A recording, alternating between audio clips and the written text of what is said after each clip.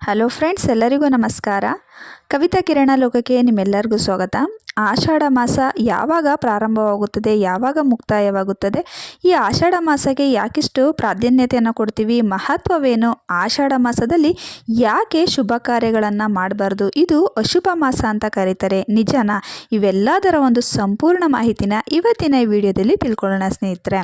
ಅದಕ್ಕಿಂತ ಮುಂಚೆ ಯಾರೆಲ್ಲ ನಮ್ಮ ಚಾನಲ್ನ ಫಸ್ಟ್ ಟೈಮ್ ನೋಡ್ತಿದ್ದೀರೋ ಪ್ಲೀಸ್ ರಿಕ್ವೆಸ್ಟ್ ಮಾಡ್ತಿದ್ದೀನಿ, ನಮ್ಮ ಚಾನಲ್ನ ಸಬ್ಸ್ಕ್ರೈಬ್ ಮಾಡ್ಕೊಂಡು ನೋಡಿ. ಜೊತೆಗೆ ವಿಡಿಯೋ ಇಷ್ಟ ಆದರೆ ಲೈಕ್ ಮಾಡೋದನ್ನ ಮರಿಬೇಡಿ ಸ್ನೇಹಿತರೆ. ಬನ್ನಿ ಹಾಗಿದ್ರೆ ವಿಡಿಯೋನ ಶುರು ಮಾಡೋಣ. ಆಷಾಢ ಮಾಸ ಪ್ರಾರಂಭ ಆಯಿತು ಅಂತಂದ್ರೇ ತುಂಬಾ ಜೋರಾದ ಗಾಳಿ, ಒಂಥರ ಮಂಕಾದ ವಾತಾವರಣ, ಎಲ್ಲೆಡೆ ಮಳೆ, ಹೀಗೆ ಹಲವಾರು ಕಡೆ ಈ ಒಂದು ಆಷಾಢ ಮಾಸ ಬಂತು ಅಂದ್ರೇ ಎಲ್ಲರೂ ಕೂಡ ಮನೆಯಲ್ಲೇ ಸೇರಿಬಿಡ್ತಾರೆ. ಅಂದರೆ ಈ ಒಂದು ಆಷಾಢ ಮಾಸದಲ್ಲಿ ಯಾವುದೇ ಒಂದು ಶುಭ ಕಾರ್ಯಗಳನ್ನು ಮಾಡೋದಿಲ್ಲ. ಯಾಕಂತಂದರೆ ಜ್ಯೋತಿಷ್ಯ ಶಾಸ್ತ್ರದಲ್ಲಿ ಆಷಾಢ ಮಾಸವನ್ನು ಅಶುಭ ಮಾಸ ಅಂತ ಕರೀತಾರೆ. ಇದು ಕೇವಲ ಪೂಜೆ ಪುನಸ್ಕಾರ ವ್ರತಗಳಿಗೆ ಮಾತ್ರ ಸೀಮಿತವಾದದ್ದು. ಯಾವುದೇ ಕಾರಣಕ್ಕೂ ಮದುವೆ ಮುಂಜಿಗಳಾಗಿರ್ಬೋದು ಅಥವಾ ಗೃಹ ಪ್ರವೇಶ ಆಗಿರ್ಬೋದು, ಹೊಸ ವಾಹನಗಳನ್ನ ಅಥವಾ ಬೆಲೆ ಬಾಳುವ ವಸ್ತುಗಳನ್ನ ಖರೀದಿಸೋದಕ್ಕೆ ಆಗಿರ್ಬೋದು, ನಾಮಕರಣ ಆಗಿರ್ಬೋದು, ಯಾವುದೇ ಒಂದು ಶುಭ ಸಮಾರಂಭಗಳನ್ನ ಶುಭ ಕೆಲಸ ಕಾರ್ಯಗಳನ್ನು ಈ ಒಂದು ಆಷಾಢ ಮಾಸದಲ್ಲಿ ಮಾಡೋದಿಲ್ಲ. ಯಾಕೆ ಅಂತಂದರೆ ಈ ಸಮಯದಲ್ಲಿ ತುಂಬಾ ಮಳೆ ಇರುತ್ತೆ ಮತ್ತು ಮೋಡ ಕವಿದ ವಾತಾವರಣ ಇರುತ್ತೆ. ಹಾಗಾಗಿ ಸಂಚಾರ ಮಾಡೋದಕ್ಕೂ ಕೂಡ, ಅಂದರೆ ಒಂದು ಕಡೆಯಿಂದ ಇನ್ನೊಂದು ಕಡೆ ಹೋಗೋದಕ್ಕೂ ಕೂಡ ಅಷ್ಟೊಂದು ಈ ಸಮಯ ಯೋಗ್ಯವಲ್ಲ. ತುಂಬಾ ಗಾಳಿ ಇರುತ್ತೆ. ಆದ್ದರಿಂದ ಈ ಜನಗಳು ಸೇರೋದು ತುಂಬ ಕಡಿಮೆ. ಇದೇ ಒಂದು ಕಾರಣಕ್ಕಾಗಿ ಆಷಾಢ ಮಾಸದಲ್ಲಿ ಯಾವುದೇ ಒಂದು ಶುಭ ಕೆಲಸ ಕಾರ್ಯಗಳನ್ನು ಮಾಡೋದಿಲ್ಲ. ಬದಲಾಗಿ ಈ ಒಂದು ಆಷಾಢ ಮಾಸ ತುಂಬಾ ಮಹತ್ವವನ್ನು ಪಡ್ಕೊಂಡಿದೆ. ಯಾಕೆಂದರೆ ಪೂಜೆ ಪುನಸ್ಕಾರ ವ್ರತಗಳನ್ನು ಮಾಡಿದಾಗ ತುಂಬಾ ಶೀಘ್ರವಾಗಿ ಫಲವನ್ನು ಕೊಡುವಂಥ ಮಾಸ ಅಂತಲೇ ಹೇಳ್ಬೋದು ಈ ಒಂದು ಆಷಾಢ ಮಾಸವನ್ನು.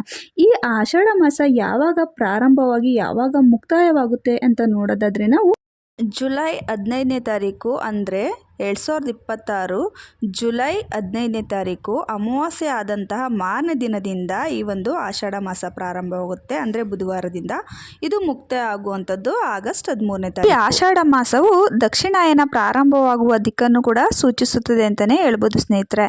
ಈ ಆಷಾಢಕ್ಕೆ ತನ್ನದೇ ಆದಂತಹ ಪ್ರಾಮುಖ್ಯತೆ ಮಹತ್ವವನ್ನು ಕೂಡ ಹೊಂದಿದೆ. ಈ ಆಷಾಢ ಮಾಸದಲ್ಲಿ ಬರುವ ಶುಕ್ಲ ಪಕ್ಷದ 2ನೇ ದಿನದಂದು ಭಗವಾನ್ ಪೂರಿ ಜಗನ್ನಾಥನ ರಥೋತ್ಸವವನ್ನು ಕೂಡ ಮಾಡಲಾಗುತ್ತದೆ ಸ್ನೇಹಿತರೆ. ಈ ಒಂದು ಆಷಾಢ ಮಾಸದಲ್ಲಿ ಬರುವ ಒಂದು ಪ್ರಮುಖ ಹಬ್ಬ ಅಂತಲೇ ಹೇಳ್ಬೋದು. ಅಷ್ಟೇ ಅಲ್ಲ, ಏಕಾದಶಿ ವ್ರತವನ್ನು ಯಾರೆಲ್ಲ ಆಚರಣೆಯನ್ನು ಮಾಡಬೇಕು ಅಂತ ಅಂದ್ಕೊಂಡಿರ್ತೀರೋ ಈ ಒಂದು ಏಕಾದಶಿಯನ್ನು ನಾವು ಆಷಾಢ ಮಾಸದಲ್ಲಿ ವ್ರತವನ್ನು ಆಚರಣೆಯನ್ನು ಮಾಡೋದಕ್ಕೆ ಪ್ರಾರಂಭವನ್ನು ಮಾಡಿದ್ರೆ ತುಂಬಾ ಒಳ್ಳೆಯದು ಅಂತ ಹೇಳ್ತಾರೆ.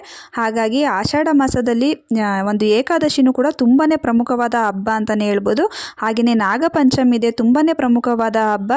ಅಷ್ಟೇ ಅಲ್ಲದೆ ಈ ಆಷಾಢ ಮಾಸದಲ್ಲಿ ಗುಪ್ತ ನವರಾತ್ರಿ, ಜಗನ್ನಾಥ ಯಾತ್ರೆ, ಹಾಗೆಯೇ ಏಕಾದಶಿ ತುಂಬಾ ಮಹತ್ತರವಾದ ಹಬ್ಬ ಅಂತಲೇ ಹೇಳ್ಬೋದು. ಈ ಆಷಾಢ ಮಾಸದಲ್ಲಿ ಆಚರಿಸುವಂಥ ಪ್ರಮುಖವಾದ ಏಕಾದಶಿ ಅಂದರೆ ಯೋಗಿನಿ ಏಕಾದಶಿ, ದೇವಶಯನಿ ಏಕಾದಶಿ, ತುಂಬಾ ಪ್ರಮುಖವಾದಂಥ ಏಕಾದಶಿ.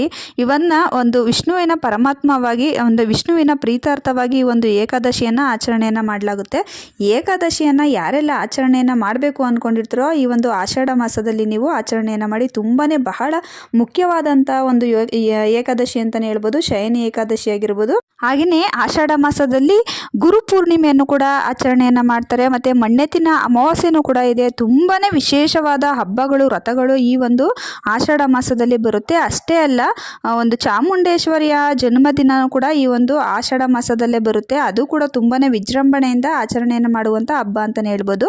ಇನ್ನೊಂದು ಆಷಾಢ ಮಾಸದಲ್ಲಿ ಬರುವಂಥ ವಿಶೇಷತೆ ಅಂತ ಏನು ಅಂತ ಹೇಳೋದಾದರೆ, ಈ ಒಂದು ಆಷಾಢ ಮಾಸದಲ್ಲಿ ಶುಭ ಕಾರ್ಯಗಳಿಗೆ ಯೋಗ್ಯವಲ್ಲದೇ ಇದ್ರೂ ಕೂಡ ಶಕ್ತಿ ದೇವಾಲಯಗಳಿಗೆ, ಅಂದರೆ ಹೆಣ್ಣು ದೇವತೆಗಳಿಗೆ ಹೋಗಿ ಪೂಜೆಯನ್ನು ಸಲ್ಲಿಸುವಂಥದ್ದು, ನಿಂಬೆಹಣ್ಣಿನ ದೀಪವನ್ನು ಹಚ್ಚುವಂಥದ್ದು, ಯಾವುದೇ ಒಂದು ವ್ರತಗಳನ್ನ ಮಾಡಬೇಕು ಅಂತ ಅಂದ್ಕೊಂಡ್ರು ಕೂಡ ನಿಮಗೆ ಯಾವುದೇ ಒಂದು ಸಮಸ್ಯೆಗಳಿರಲಿ ಈ ಒಂದು ಆಷಾಢ ಮಾಸದಲ್ಲಿ ಮಾಡಿದ್ರೆ ಅದು ತುಂಬಾ ಬೇಗವಾಗಿ ಫಲವನ್ನು ಕೊಡುತ್ತೆ ಅಂತ ಹೇಳ್ತಾರೆ ಸ್ನೇಹಿತರೆ.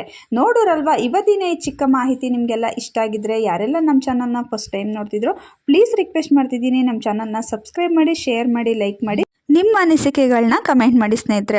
ಮುಂದಿನ ವಿಡಿಯೋದಲ್ಲಿ ಆಷಾಢ ಮಾಸದ ಸಂಪೂರ್ಣ ಪೂಜಾ ವಿಧಾನ ಆಗಿರ್ಬೋದು, ವಿಶೇಷ ದೀಪಾರಾಧನೆ ಆಗಿರ್ಬೋದು, ಒಂದು ಸಂಪೂರ್ಣ ವಿಶೇಷ ಮಾಹಿತಿಯೊಂದಿಗೆ ನಾನು ನಿಮ್ಮನ್ನ ಸಿಗ್ತೀನಿ ಸ್ನೇಹಿತರೆ. ಅಲ್ಲಿವರೆಗೂ ನಮ್ಮ ಚಾನಲ್ ಇರೋ ಪ್ರತಿಯೊಂದು ಉಪಯುಕ್ತ ಮಾಹಿತಿನ ನೋಡ್ತೀರಿ. Thank you.